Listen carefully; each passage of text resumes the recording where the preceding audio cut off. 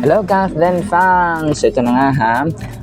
Si Sir Alden po pala ay pupunta ng sa Albay na naman sila mga kasembreros. Yung BDO kasi after ng sa Davao Lanang ay nasa SM City Legazpi na naman sila, no? Grabe ang hectic na schedule ni Pops Alden mga kasembreros. So that will be on July 19, 2025 mga kasembreros. So bago yung update natin sa Vietnam niya ngayon ha. Pero ito ay July 19 pa po mga kasembreros ha. Kasama niya sina Donita Knows at saka sila at saka sino nga itong isa nakalimutan ko mga kasembreros. So sa SM City Legazpi mga kasembreros. So dudumugin na naman ang inyong Pops Alden do. Tara natin kay Fiesta, July 19, 2025. 10 a.m. may games sila na prizes and more. Tapos 2:30 p.m. magsisimula ang show or mag-enjoy sa show mga kasembreros sa Mall Atrium ground level mga kasembreros. So si MC pala sa si mga kasembreros, no, ang kasama niya, no, at saka si Donita Knows ang kasama ni Sir Alden dito. And then ito sige, bago yung sa Vietnam mga kasembreros. So ito ang kulit-kulit ito. Kasi Ma'am Barbie Forteza, no, issue na naman ng mga tao ito mga kasembreros. Ang kulit ng mag-BFF na ito mga kasembreros na mag-best friend. Kasi magkuya ito mga kasembreros kasi sobrang kapit ni Sir Alden dito. Tsaka binubuhat-buhat niya pa si Ma'am Barbie Forteza. Tsaka parang magkapatid na parang nagkukulitan mga kasembreros. Yung iba lang ay syempre hindi sanay na ganito yung kanilang tapos para may binubugin at binubulong dito si Pops Alden mga kasembreros kay Ma'am Barbie Forteza, no? Pero hindi natin masabi kung anong sasabi niya mga kasembreros kasi nga hindi natin naririnig. So yun po mga kasembreros. And then ito, so update na tayo dun sa may Vietnam nga nila mga kasembreros, no? Ito yung kanilang kuha, no? Ni Sir Laysam sa airport po ng Vietnam mga kasembreros. Para na po ito sa Danang. Sa Danang sila sa Vietnam.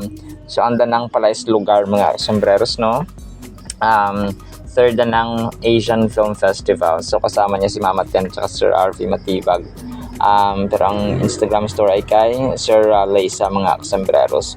So welcome to the Danang Asian. So parang meron sila parang placard mga kasembreros, no? Na talagang parang official placard para sa mga kasali doon sa sa Danang Festival or Danang Asian Film Festival mga kasembreros. So sobrang nakaka-proud, no, yung ma-invite ka lang mga kasembreros sobrang na yun na kinikilala ng ibang bansa yung iyong gawa mga kasembreros ay sobrang achievement na yun mga kasembreros. And then sa Catherine may bagong teaser, no, yung Cream Silk mga kasembreros. Parang sasabi nila dito na they're not ready for what's coming but you will, no, soon mga kasembreros. So dito ay parang wala na si Ma'am Nadine Lustre, no, sa bagong teaser ng Cream Silk.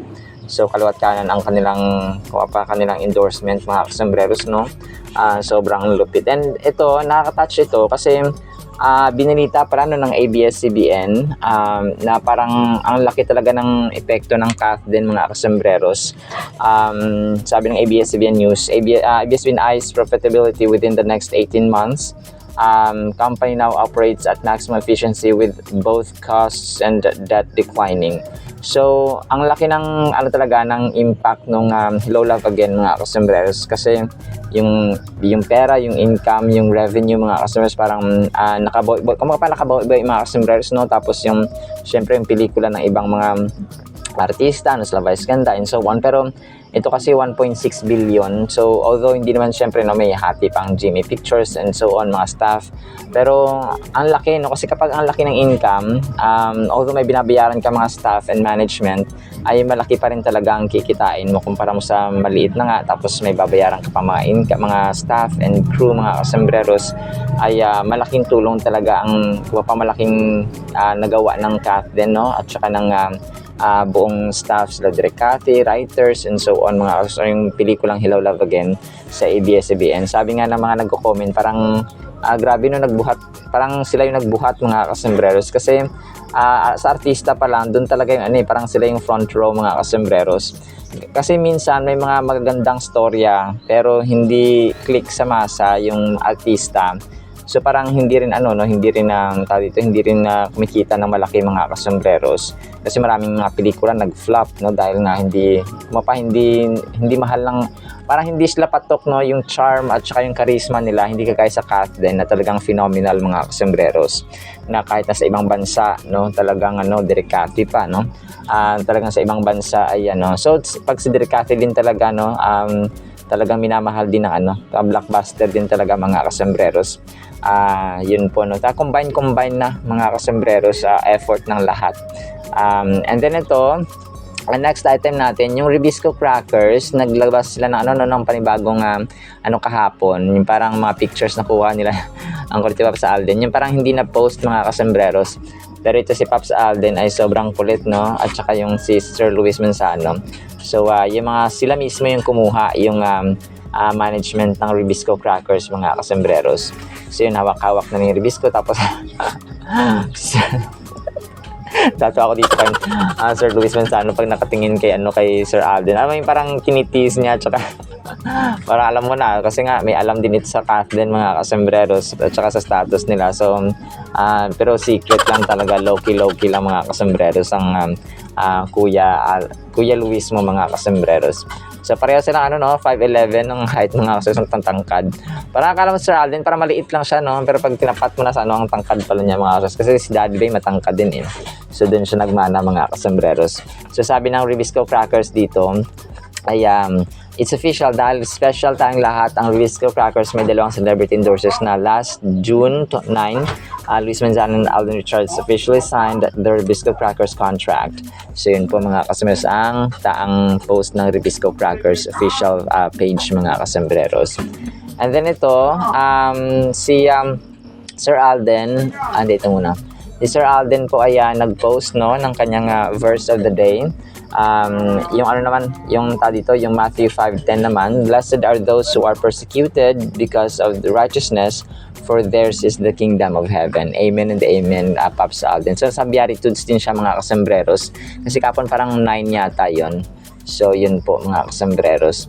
And then ito yung TFC rin no, yung The Filipino Channel kasi talagang malaki ang role na ginampanan ng TFC mga kasombreros no sa sa papel ng pag-promote ng pelikula ng Hello Love Again din mga kasombreros. The Filipino Channel, sabi ng The Filipino Channel mga kasombreros, Hello Love Again shines on the big screen. 2024's highest grossing film takes home Best Ensemble Acting for Movies at the 53rd GMMSF Box Office Entertainment Awards. Congratulations, Hello Love Again. So kasi ang The Filipino Channel talagang malaki rin ang naging ambag nito mga kasombreros sa pagpo-promote ng pelikula kasi nga yung kwento ng The Hello Love Again ay ang kamapaang mga OFWs mga kasombreros in general. So yun po no. And then last natin mga kasombreros, ito prayer ni Sir Alden no. Dear God, thank you for the wisdom of Philippians 4:8, which calls me to think on whatever is true, noble, right, pure, lovely, and admirable. I'm grateful that you've given me the freedom to choose my thoughts and that through your spirit, I can fill my mind with things that uplift and honor you. Help me today to reject negativity, fear, and despair, and instead focus on your goodness, your promises, and the beauty you've placed in my life. Renew my mind, Lord, so that my thoughts reflect your love and bring peace to my soul and encouragement to others.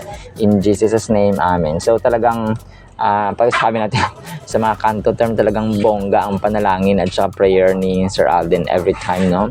Kasi nga English pa siya tapos talagang malalim no. May wisdom talaga na nakikita mo mga kasombreros. So yun po no.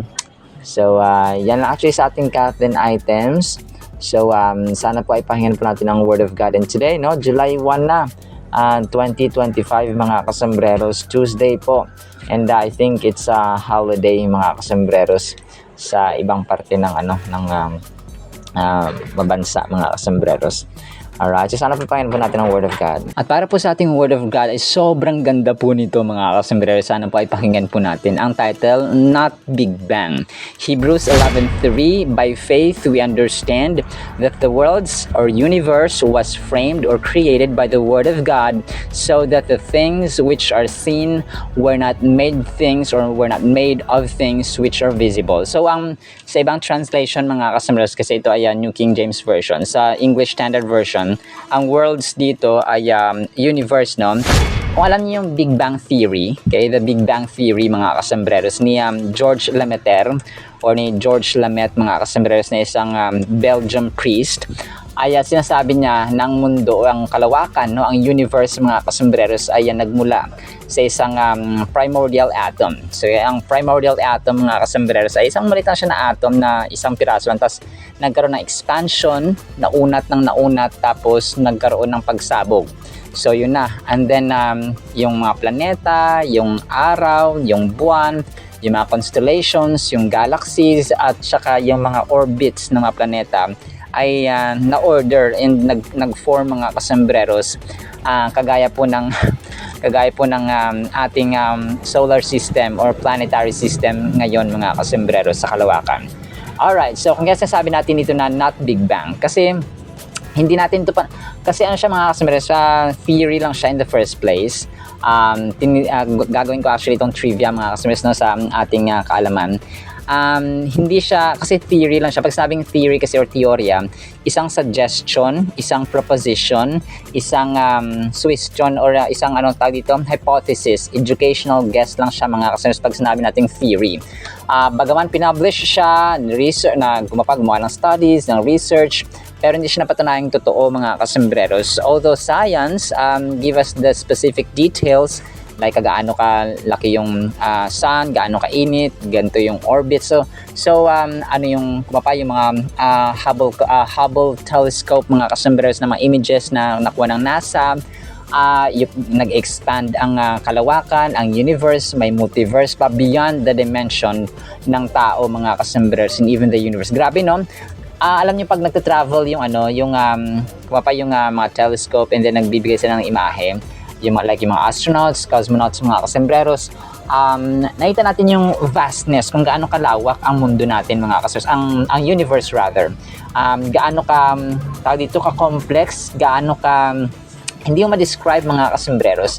And ang Biblia, so we definitely believe mga kasambreros sa Biblia at sa divine creation, supernatural creation mga kasambreros ng Diyos, na sa Book of Genesis pa lang, and dito nga sa Hebrews 11:3, na ang Diyos po ang lumikha ng universe at saka ng lahat ng mga bagay. Kasi yung Big Bang Theory, yes, sumabog, tapos bakit ngayon parang wala nang ganong nangyayari? Kaya na nag-form ulit ng panibagong mga ganto ka-order, ganto ka-organize, ganto ka-plain na mga nilikha mga kasambreros. And malinaw na malinaw hindi ko, sabi nga doon isa, hindi ko binabaliwala yung science, kasi actually ang science ay sinasabi niya yung specific details, na ang sun ay 15 million degrees Celsius. May mga Andromeda, yung mga Milky Way galaxy. So sinasabi niya yung details, tapos dadakilain natin ang Diyos because of yung vastness, yung complexities, at saka yung yung kaganda, no, grandeur mga kasambreros, yung splendid ba ng kalawakan. Okay? So nagiging way actually ang science na mas natin mamahal kasi ganito pala kalawak, ganito pala kalaki, ganito pala ka-organize ang mga planeta, kasi may orbit sila, may axis, hindi sila nagbabanggaan. So 'di ba? So ginagamit natin ito to glorify God as well. Okay, yung mga images. So, we're not saying na useless ang science. As a matter of fact, ay kung walang science, walang laptop, walang technologies, walang comfort, walang cellphones, walang internet, and so on mga kasambreros. Kasi mga product din ito ng science mga kasambreros. So, katuwang ng science and technologies, and then yung math and calculations, and so on mga kasambreros. So, ang faith is the undeniable theme of Hebrews 11. So, ayun nga, no? So, ito po ay bilang mga Kristiyano, tayo ay tinawag sa namamuhay na may pananampalataya mga kasambreros. So, sabi dito, not only did God form the entire world and everything in it from nothing. Okay? That's Romans 4:17 mga kasembreros. So kasi 'di ba ang mga atheist, yung mga sila Stephen Hawking, mga kasembreros. And by the way, merong bagong record ngayon na si Dr. Hong Yun Kim na smartest person na nabubuhay ngayon with an average IQ of 276 mga kasembreros. So siya po ang siyang claimed to be the highest person or the highest IQ mga kasembreros. Tapos naniniwala siya sa Diyos. He believed in the Lord Jesus Christ and God exists. And sabi pa niya, Jesus is the way, the truth, and the life, quoting the verse from John 14:6 mga kasembreros, that without God, without Jesus Christ, everything that we see today, everything that we have today ay hindi nagiging existent mga kasembreros, or hindi natin na-enjoy in the moment. So yun po siya. So si Dr. Hong Yun Kim ay isang South Korean genius mga kasembreros na doktor na ginamit ng Panginoon para mas lalo pa makilala ang kanyang pangalan. So ako bihira lang din talaga ako kasi kung pinoprove ko talaga at saka sinesearch mga kasembreros ang validity ng isang information kasi nga gumagawa tayo ng trivia. So we need facts, no? We need information that's reliable and dependable mga kasembreros. So talagang saludo tayo, and God bless kay Dr. Hong Yun Kim mga kasembreros. So naging sikat ito sa TikTok at saka maging yung ibang mga agencies mga kasembreros at saka mga personalities, especially yung mga Christian na mga TikTok content creators, and kahit sa Reels mga kasembreros ay recognize siya, no? At saka purihin ng Panginoon sa buhay ni Dr. Hong Yun Kim mga kasembreros. So going back sa no, hindi Big Bang ang pinagmula ng lahat mga kasembreros. It was the Word of God that created every single thing in the universe and even beyond the dimension and beyond our reach mga kasembreros. So our one foundational quality of faith is a firm conviction about invisible, non-tangible reality. So yun kasi non-tangible, ibig sabihin hindi siya nakahawakan, it's not a physical thing or object mga kasers na pwedeng hawakan at pwedeng makita ng ating mata. So yun ang one foundational quality ng pananampalataya. Kasi sa mundong ito, di ba, to see is to believe. Okay? To see is to believe. Yun ang sasabi ng mundong ito ng mga tao. Pero ang Diyos pong baliktad, no? To believe is to see. And that's how faith works mga kasembreros. Kailangan maniwala ka sa Diyos na hindi nakikita para makita mo yung kanyang mga dakilang gawa mga kasembreros. So ako, halimbawa, ako wala akong faith, tapos I'm just feeding myself with science and facts and research and knowledge and worldly na mga knowledge and information mga kasembreros, and I don't have faith. So mas maniniwala ako na Big Bang theory, Big Bang yung pinagmulan at saka sumabog lang na isa pa nga dito yung yung kay Charles Darwin na theory of evolution na tayo nagmula sa unggoy. Alam ko yung story ng Charles Darwin pero hindi ko na isasaysay dito mga kasi baka abutin tayo ng isang oras na yun po, no. Pero yun po, no, we believe in faith that everything from invisible to visible mga kasembreros ay nilikha ng Panginoon. So for example, one must have faith to believe God created the world out of nothing. So out of nothing. So from non-tangible to tangible mga kasembreros. So yun nga. And finorm at saka ginawa ng Panginoon. Grabe, no? Sa Genesis, pa lang, God created the heavens and the earth. No? Sinabi pa niya doon, no? Let there be light, and there was light. No? Lahat ng nandito mga kasembreros na napapanood at na-enjoy natin ay ginawa at saka nilikha ng Panginoon. In its original sense, the term worlds represents more than just the physical realm. It also expresses the idea of ages. So ages, no, yung worlds na ginamit ng New King James Version dito, kapag tinranslate natin ay yung ages. Kumbaga from ancient times to present to future. Okay, so wala siyang ageless at saka timeless siya mga kasembreros. If you have faith that the worlds were framed by the Word of God, then we can trust God in everything concerning His Word, that He has a purpose and plan for all things taking place on this earth and in every age, past, present, and future. So yun sabi ko mga kasembreros, no? Kasi nga ginawa niya ang lahat-lahat. The Lord has made everything for His own purpose. Yun ang sinasabi sa Proverbs 16:4 mga kasembreros. Grabe, no? Alam nyo, napakalalim ng Biblia talaga. And yung lalo sa divine creation, na 6 na araw lang inalikha ni Lord ang yung sophisticated beauty sa mga landscape pa lang, no, Mount Everest, the highest peak, no, the highest mountain in the world, the deepest part of the ocean or the deepest part of the planet, Mariana Trench, yung pinakamalaking ocean na Pacific Ocean, and every living creature, no, mga isda, mga coral reefs, mga shellfish, mga jellyfish, mga kung ano-ano man dyan, mga kasamaras, mga iba't bang uri ng sa hayop sa jungle.